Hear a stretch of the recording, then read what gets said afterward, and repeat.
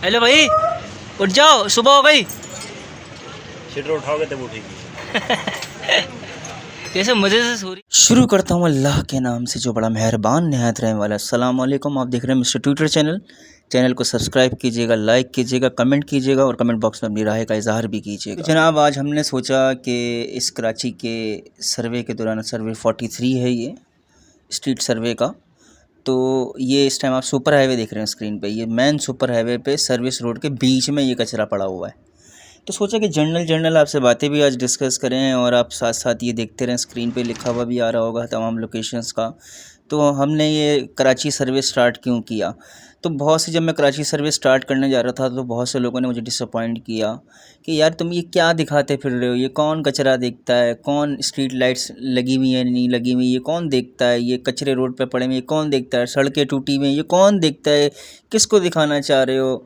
तो सब मुझे ये कहते हैं। तो मैं ये कहता हूँ बाबा साईं, कहते हैं कि आप जो है अच्छे अच्छे व्लॉग बनाओ, स्ट्रीट फूड्स बनाओ जो चलते वाले हैं आजकल, जो लोग देखना पसंद करते हैं, या कोई आपका जो है डॉक्यूमेंट्रीज क्लिप्स बनाओ इन्फॉर्मेशन से रिलेटेड। तो मैंने बोला बाबा साईं, वो तो ऑलरेडी बहुत सारे लोग बना रहे हैं ना, तो मैं एक बना के कौन सा अनोखा काम कर दूँगा। तो मैंने इसलिए ये कराची सर्वे स्टार्ट किया क्योंकि ऐसी ये चीज़ें कोई दिखा ही नहीं रहा। करोड़ों रुपए, आधा बजट इन चीज़ों पे लग जाता है, उसके बाद भी चीज़ें ठीक नहीं होती। 75 साल गुजर गए, कोई दिखाने के लिए तैयार ही नहीं है। हर कोई अपनी लाइफ को बनाने में मगन हुआ हुआ है, कैरियर को बनाने में मगन हुआ हुआ है। हर कोई बस ये सोच रहा है कि मैं बस अपने लिए कुछ ना कुछ कर लूँ। तो मैंने ये सोचा कि कोई कोई मैंने चैनल ऐसा नहीं देखा जो इस तरीके का प्रॉपर तरीके से दिखा रहा हो। अब तक हमारा 43 तकरीबन ये सर्वे चल रहा है और आगे मज़ीद ये चलते रहेंगे। तो मैंने इसलिए ये चैनल स्टार्ट किया। जब कोई इस चीज़ के ऊपर, इस कंटेंट के ऊपर काम नहीं कर रहा है तो क्यों ना हम वो चीज़ों को हाईलाइट करें जो कराची के मेन इश्यूज़ हैं, जो फुल होने का जिसमें इतनी बड़ी बड़ी इंतज़ामिया काम कर रही हैं और इतने सालों से काम कर रही हैं, उसके बाद भी चीज़ें ठीक नहीं होती। रोड्स टूटे फूटे हैं, स्ट्रीट लाइट्स नहीं जल रही होती, कचरे रोडों पे पड़े हुए होते हैं, इतनी मैनेजमेंट, इतने ऑफिसर्स और इतने लेबर काम कर रही है, मगर फिर भी नहीं होता। तो इसलिए हमने सोचा कि इस कंटेंट पे हम काम करेंगे। और ये जो आपके सामने स्क्रीन पे चल रहा है, 5 साल से भी ज़्यादा हो चुके हैं और ये तब से ऐसा का ऐसा ही है। इस पर 5 साल में एक दफ़ा आए थे काम करने के लिए, पता नहीं कैसा काम किया था, फिर टूट गया। मतलब कोई पक्का काम नहीं होता, वो कच्चे काम। वो पतंग फट जाती है ना, चत्ती नहीं लगाते जिस तरीके से अपन लोग पतंग फट जाती थी बचपन में, पतंग के ऊपर छत्ती लगा दी, चलो भाई गुजारा चल जाएगा, ये वो वाला काम था, फिर बेड़ा गर्क। अब ये सफारी पार्क वाला रोड है आपके सामने, ये सफारी पार्क की भी बेड़ा गर्क हो चुका है, इस रोड का भी, ये भी बनने का नाम नहीं ले रहा है। भाई हम सिर्फ 5 मिनट भी नहीं हुए थे, सिर्फ उतर कर बराबर वाली शॉप पर आए थे ईज़ी लोड करवाने के लिए। हमारा इंटरनेट पैकेज ख़त्म हो गया था। इतने में ये भाईजान आए जिनके ऊपर मैंने गोल गोल निशान लगाया हुआ है, बाइक उठाने लगे। मैंने बोला बाबा साईं, क्या कोई बर्गर भी खाने नहीं रुक सकता क्या? बराबर में ही बाइक के खड़े में ईज़ी लोड भी नहीं डलवा सकते क्या? फिर ये दुकानें बराबर में जो खुली हुई बंद करा दो सब, या तो प्रॉपर पार्किंग दो। ये रोडों पे जो गाड़ियाँ खड़ी हुई थी, मैंने बोला बाबा फिर ये क्यों लगी हुई हैं, इनको भी हटाओ। हम उठा रहे हैं, कोई नहीं उठाया। मैं आधा घंटे तक वहाँ खड़ा रहा, किसी ने कुछ नहीं किया। बस वो दिहाड़ी बनानी है इन लोगों ने, प्राइवेट लोग होते हैं और ये इन लोगों को हायर किया हुआ होता है। बस ये 2 4 4.5 अपनी दिहाड़ी अपने कमीशन के चक्कर में लपेट देते हैं सबको। प्रॉपर पार्किंग दे या तो आवाम को। ये कहते हैं कि बाबा पार्किंग तो दी हुई, बाबा पार्किंग छोटी सी है, एक कंजस्टेड एरिया है, आवाम इतनी आती है कराची की सिविक सेंटर की तरफ, वो पार्किंग कम है। तो आप ऑल्टरनेटिव दें, ये ना कि आप जो है उनको जो है तंग करें इस तरीके से। अच्छा जी, ये है आपका ओल्ड रिजविया के बिल्कुल सामने एक गवर्नमेंट कॉलेज है और गवर्नमेंट कॉलेज के मेन रोड पर दीवार के साथ बंगले शंगले बने, करोड़ों रुपए के, लाखों रुपए के बंगले पड़े हुए, किसी को कोई फ़र्क नहीं पड़ता। हमारा घर साफ़ है, हमारा अंदर का घर साफ़ है, झाड़ू पोछा दिला हुआ है ना। मुल्क जैसा भी रहे, टूटा फूटा रहे, रोड पे कचरे पड़े रहे, हमें क्या हुआ, मुल्क घर थोड़ी होता है। जब ऐसी थॉट होगी ना, और यहीं से कमाना है, यहीं से रिस्क हलाल कमा के अपने घरों में लेकर जाना है, तब अपने मुल्क की आप इज़्ज़त नहीं करेंगे, मुल्क को साफ़ सुथरा नहीं रखेंगे, अपने घर को साफ़ करके कचरे को बाहर फेंक देंगे रोड के ऊपर, तो फिर यही हाल होना है मुल्क का। तो अपने मुल्क को अपना घर समझें। जब घर समझेंगे तो ऐसे रोडों पे कोई ऐसा कचरे तो ऐसे फेंकते हैं बीच रोड के ऊपर जैसे पता नहीं कोई लाल फूल फेंक दिए हों, और उसको शान समझें। और फेंकते भी कहाँ, बीच रोड के ऊपर, दुनिया को दिखाने के लिए। बाबा साइड में फेंको कचरा, अगर यही कचरा उठा के इनके बीच ड्राइंग रूम में डाल दिया जाए तो कैसा लगेगा? बुरा लगेगा ना। ओहो, ऐसी सुलगेगी, ऐसी आग लग जाएगी बाबा सबको। जो कचरे ये जो रोडों पे फेंकते हैं ना, मैं कहता हूँ उनके घरों पे वापस डालो ताकि इनको पता चले मुल्क भी घर होता है, मुल्क की भी इज्जत करनी होती है। तो हम आगे चलते रहे और चंद जगहों पर हमें स्ट्रीट लाइट्स जलती हुई भी नजर आई और चंद जगहों पर नहीं जलती हुई नजर आई। इस टाइम ये जो आप स्क्रीन पे देख रहे हो, कहीं स्ट्रीट लाइट्स इस साइड पे मेरे राइट हैंड पे जल रही होंगी, लेफ्ट हैंड पे बंद होंगी। तो भाई जो लेफ्ट हैंड वाली बंद है तो बाबा ये इसके क्या सारे ही बल्ब ख़राब हो गए क्या? तो एक साथ सारे बल्ब कैसे ख़राब होगा? अगर नहीं हुए तो बाबा साईं फिर इसकी बिजली किधर जा रही?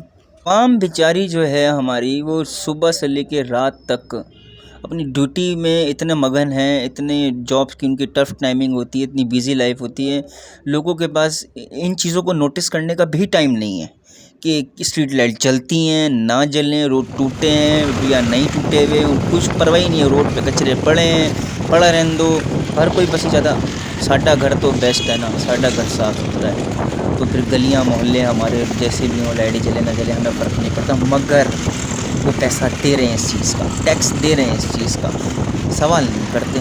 कहने को ये जो सारी चीज़ें मैं दिखाता हूँ ना, कचरे दिखाता हूँ, ये टूटे फूटे रोड दिखाता हूँ, ठीक है, या इसके अलावा स्ट्रीट लाइट्स के इश्यूज़ दिखाता हूँ, ठीक है, या गोट देहातों के सर्वे दिखाता हूँ, ये कहने को छोटे मोटे हैं मगर इसके पीछे पूरी एक स्टाफ, एक पूरी मैनेजमेंट, पूरे इदारे, डीएमसी केएमसी पता नहीं क्या क्या, तो इतने सारे इदारे काम कर रहे हैं, इनकी पूरी लेबर है जो पूरे कराची 3 साढ़े 3 4 करोड़ की आवाम को संभाल रहे हैं। तो इतनी बड़ी लेबर है, उनकी सैलरियाँ जाती हैं, सब चीज़ें जाती हैं, ऑफिसरों की तनख्वाहें हैं, उसके बाद भी 75 साल हो गए, सिस्टम ठीक होने का नाम ही नहीं ले रहा। समझ से बाहर है, क्यों नहीं ले रहा? ऐसा क्या है बाबा साईं? ये कचरे रोज़ाना ड्यूटियों पे आते हैं, रोज़ाना साफ़ सफाइयाँ करते हैं, कचरे फिर भी नहीं उठते, रोडों के ऊपर पड़े हुए होते हैं। मेरे 43 के 43 सर्वे उठा के आप देख लें आप इस टाइम। अपने लास्ट 42 जो सर्वे था मेरा, ये 43 सर्वे है ना, 42 सर्वे में मैंने कंपैरिजन करके दिखाया था आपको कि शहर एक ही है कराची, मगर रूल्स और रेगुलेशंस दो चल रहे हैं यहाँ पर। जो अमीर का इलाका है वहाँ आपको सेवरेज सिस्टम भी सही मिलेगा, वहाँ आपको गार्बेज इश्यूज़, रोड पे कचरे वचरे भी नज़र नहीं आएंगे, वहाँ आपको स्ट्रीट लाइट्स भी ओके मिलेंगी। मगर अगर आप अदर टाउन में जाते हैं कराची के, वहाँ आपको ये सब दिखेगा। क्यों है ऐसा फ़र्क? कराची सबका है, टैक्स सब दे रहे हैं, ठीक है, और सब इक्वली तरीके से कंट्रीब्यूशन करते हैं इसके अंदर, सब सिटीज़न ऑफ कराची हैं। तो ऐसा फ़र्क क्यों है?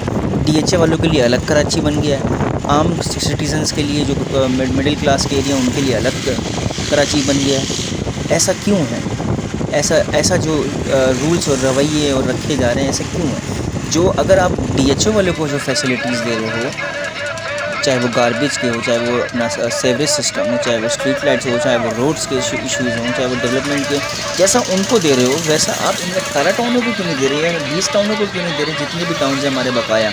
अगर ऐसा बन जाए, जो बना दे, 75 साल हो गए, ऐसा बन जाना चाहिए था इन सारे टाउन्स को, जैसे डीएचए बना हुआ है, जैसे क्लिफ्टन बना हुआ है। मैं कहता हूँ हाथ उठा के ना ये पूरा कराची, जो भी पार्टी काम करती है इसके पीछे, जो भी पार्टी काम करेगी, अगर डीएचए जैसा बना दे, मैं कहता हूँ हाथ उठा के दुआएं भी देगी और यही दुआ करेगी बाबा साईं हर दफ़ा यही वाली जमात आए और हमारे कराची को न्यूयॉर्क बना दें। मगर 75 साल हो गए, सिवाय डीएचए के, सिवाय चंद एक आध टाउन के, बाकी सारे उजड़े हुए हैं। अगर बना दें तो कहाँ से कहाँ पहुँचा है हमारा कराची। कराची एक ही है, मगर एक अमीर का कराची और एक गरीब का कराची, फ़र्क कर दिया।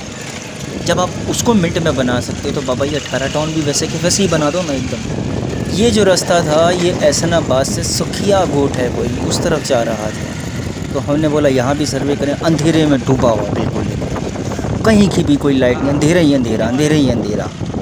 तो ये मैं देख के खुद हैरान कि बाबा साईं यहाँ कोई पूछने वाला नहीं है, कोई देखने वाला नहीं है, परवाही नहीं है किसी। हज़ारों लोग यहाँ से गुजरते हैं, हज़ारों लोग आते हैं जाते हैं यहाँ से गुजरते हैं, मगर टाइम नहीं है लोगों के पास पूछने। हालत देखो क्या बनाएगी इलाका, हुक्मरानों के पास देखने का टाइम नहीं है, आवाम के पास पूछने का टाइम नहीं है कि हमारे इस टाउन में लाइटें क्यों नहीं जलती, हमारे इस टाउन में डेवलपमेंट इश्यूज़ जो हैं वो प्रॉपर तरीके से क्यों नहीं फुलफिल किए जाते हैं।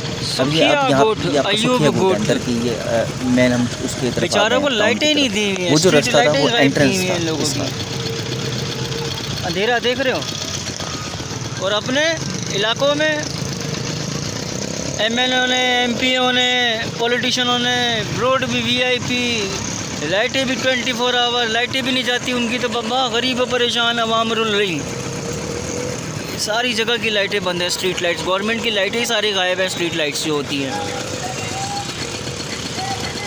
दुकानों की लाइटें जलनी हैं, गाड़ियों की लाइटें जलनी हैं, होटलों की लाइटें जलनी हैं। जाना कि